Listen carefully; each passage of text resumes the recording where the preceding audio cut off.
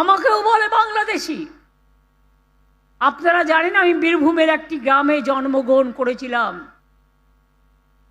আপনাদেরই পাশে বীরভূম, এবং গ্রামটা আমি খুব ভালো চিনি বলে আমাকে জন্মের পরেই সঙ্গে সঙ্গে কলকাতায় নিয়ে এসেছিল। কিন্তু প্রতি বছর আমি গ্রামে যেতাম।